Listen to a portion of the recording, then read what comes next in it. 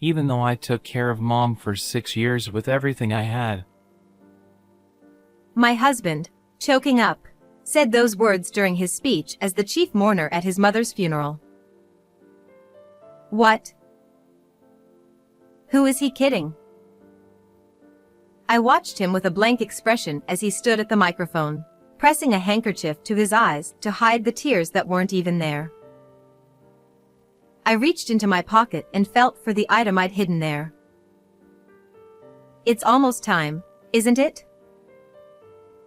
The mask of the poor son who lost his mother after years of caring for her would soon come off. It was 6 years ago when my husband suddenly announced that we would be living with his mother. Mom collapsed. She must feel anxious being alone, so we'll take care of her at home. My life of caring for my mother-in-law started with those words. Luckily, my husband and I didn't have children, so we had enough rooms in the house to accommodate her without much trouble. Having lost my own parents in a traffic accident at a young age, I wanted to do my best for my in-laws. But apparently, I was the only one who felt that way. I'll be home late again today, so look after Mom, will you? What? Again? What are you doing so late every night? Work, obviously. You've never had to work this late before. And besides, you're the one who insisted on living with your mom, so how can you dump all the caregiving on me? Putting her in a home would cost money, wouldn't it? If you take care of her, it's free, right? What the? So that's why you brought her here? Stop complaining! It's easier for women to deal with each other anyway, isn't it? He shamelessly brushed off my complaints. From that point on, he never helped with his mother's care, and the days when he didn't return until after midnight became more frequent. 2 months into living with my mother-in-law, I was exhausted from caregiving every day. Meanwhile, my husband's skin had somehow become glowing and radiant. Nearing 50, he had started using cologne he'd never worn before, and each morning, he hummed while styling his hair, practically announcing, "I'm having an affair." Can't you clean yourself up a little? Aren't you embarrassed to walk around looking like a rag in those shabby clothes without any makeup? I don't have time to put on makeup when I'm caregiving from morning till night, and I have to wear something practical. Whose fault do you think that is? Stop screeching! It's only natural for a wife to take care of her husband's mother. Of course not. And besides, your mom never listens to a word I say. She's so demanding. It's ridiculous, both of you. My prideful mother-in-law couldn't stand being cared for by someone else, so we constantly fought. She never once thanked me. But no matter how much I directed my frustration at my husband, it only made him more irritated. He began criticizing the meals I made, and eventually, he wouldn't take a single bite, tossing the food away instead. Even though I was being treated so cruelly, I had nowhere else to go, having no family of my own. I'm sure my husband knew that and used it to his advantage. It was as if I could hear him saying, "You have no choice but to stay here." 5 years passed, and I was still the only one caring for my mother-in-law. Then, one day, she started complaining of feeling unwell, and after visiting the hospital, it was revealed that she had a severe illness. Her condition had already progressed significantly, and the doctor gave her a prognosis of 6 months to live, leaving us with a choice between hospitalization or home care. If it's already too late, what's the point? Hospitalizing her would just be a waste of money. Home care is the only option. Hey, Don't make it sound so simple.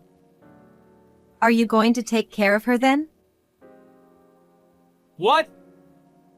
You've been the one taking care of her all this time, so you're responsible till the end.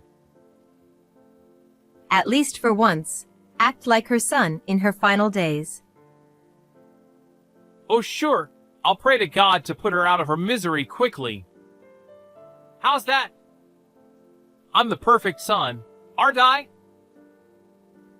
I couldn't find the words to respond to my husband, who puffed up with pride. So, this grueling caregiving would finally end soon. That thought crossed my mind for a moment. Looking back on the 6 years I had spent tirelessly caring for her, I was filled with mixed emotions. But my husband, oblivious to what I was feeling, continued to happily visit his mistress. However, around 3 months after my mother-in-law was given her terminal prognosis, I noticed a change in my husband. Occasionally, he started visiting his mother's room, spending several minutes with her. Could even someone like him become gentle when his mother's end was near? Not wanting to intrude on their private time together, I made it a point to avoid going near the room when my husband was with her. Having lost my own parents suddenly in an accident, without the chance to say goodbye, I found myself, shamefully, feeling envious of the precious time they had left together. That day, like always, I brought food to my mother-in-law's room. Just as I was about to leave, she suddenly called out to me. May I have a moment? 30 minutes later, when I returned to the living room, I must have looked completely out of sorts. Hey, what's up? Did something weird happen? Huh? Oh, no. It's nothing. Even my normally indifferent husband noticed something was off and asked me. Feeling like I couldn't keep my composure, I quickly said, "I'm going to run out for a bit of shopping," and hurried out of the house. As I walked aimlessly along the main street, I couldn't stop the tears from flowing as I recalled what my mother-in-law had told me in her room. 4 months later, my mother-in-law passed away. It had been a full year since she received her terminal diagnosis. Even when you know the end is coming, witnessing someone's final moments is an emotional blow. I kept myself busy, arranging the funeral and notifying relatives, trying to cope with the weight of it all. But my husband? Make sure the funeral's the cheapest option. After giving that one instruction, he didn't lift a finger to help. And then, to top it all off, Where's my funeral suit? seriously? You're the host of the funeral. Pull yourself together. What? The professionals handle everything, don't they? All I have to do is give a speech. That's true, but what is with you? Your mother just died. Shouldn't you be a little more upset? I raised my voice in frustration, but he just smirked. Nah, nothing to be upset about. More like pure relief. What? From my perspective, all I can think is finally. You know? They said she had 6 months to live, but how much longer was she planning to stick around? I was speechless. As I started to walk away, knowing there was no point in talking to him anymore, my husband suddenly shouted. Oh, right! With exaggerated excitement, he pulled a divorce form from the drawer and slammed it on the table. Here you go! Just need your signature, and we're done! He was beaming. Man, I've been waiting so long to hand this over. Now that mom's gone, and I don't need you as a caregiver anymore. You're useless. So, you want a divorce? Of course! I've got a younger, prettier woman waiting for me. Let's wrap this up, shall we? To him, his mother's funeral and our marriage were just inconveniences to deal with. Seeing that I wasn't responding, he seemed to take my silence as agreement and got even more excited. Oh, and you probably didn't know, but despite how she looked, Mom had quite a bit of money saved up. Really? Is that so? Yeah, and I, as her only son, inherit all of it. As for you, you get nothing. You and Mom never got along, right? She wouldn't be able to rest in peace if you got any of her money. Let's talk about the divorce after the funeral. That's all I could manage to say in response to his self-satisfied monologue. Well, I've handed over the papers, so that's that. With that, he left the room. The funeral proceeded solemnly, with the relatives in attendance, until it was time for my husband's final speech as the host.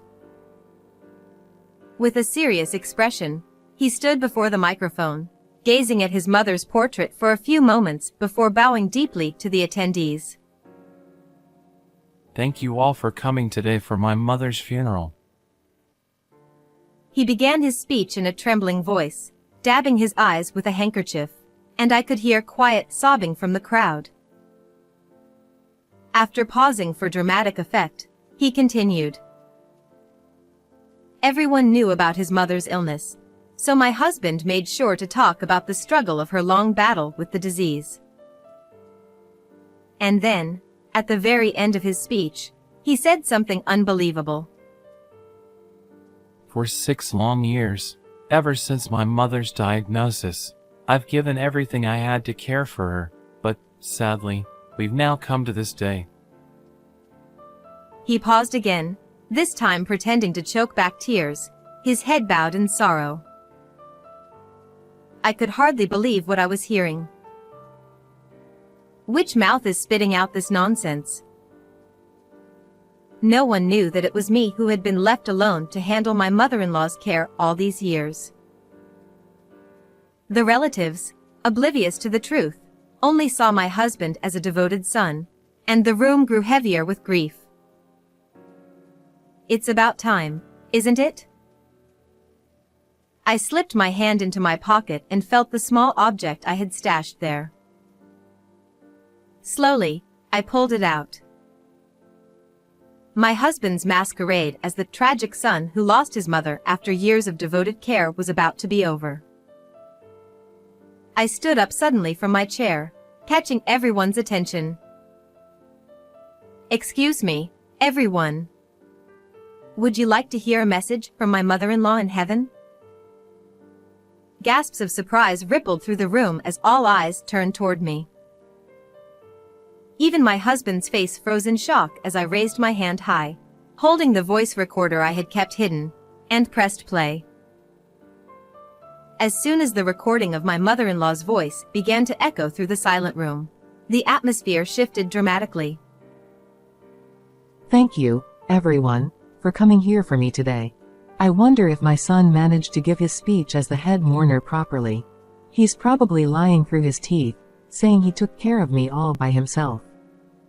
At her words, relatives exchanged puzzled looks, and some furrowed their brows, casting glances toward my husband. Hey! What do you think you're doing? This is a funeral! Stop it right now! Oh, we're just getting started. Besides, this is what the guest of honor, your mother, requested. What? She asked me to play this during your speech.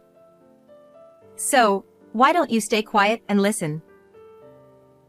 Without giving him a chance to protest, I pressed the play button again.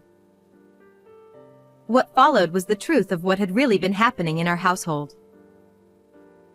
My mother-in-law's care had been my responsibility from the very beginning. My husband hadn't lifted a finger to help. Instead, he treated me cruelly and frequently ran off to see his mistress. My husband's face had been rigid up until this point, but suddenly he snorted and started grinning. With exaggerated gestures, he spread his arms wide, addressing the relatives. Come on, folks! Surely you don't believe the ramblings of an old woman, do you? The truth is, over the last couple of months, my mother started saying all sorts of strange, nonsensical things. How dare you say such a thing? You too! Believing the ramblings of an old hag and airing this nonsense in front of everyone? Ridiculous! How can you speak that way about your own mother? Aha! I see what this is. You're trying to turn the relatives against me, so you can snatch the inheritance. Nice try, but you won't get away with it. Like I told you yesterday, not a single penny of my mother's estate is coming your way. My husband was getting more and more worked up, practically snorting in anger. I had reached my limit. Actually, you're the one who won't be getting a penny. What are you talking about? Your mother disinherited you. Do you know what that means? You've lost all legal rights to her estate. It's written clearly in her will, which I've already handed over to the lawyer. The court has approved it too. What? You're lying! Then what happens to the inheritance? According to her will, I'll be inheriting everything. What? You're a snake! How did you pull this off? You must have threatened my mother into it.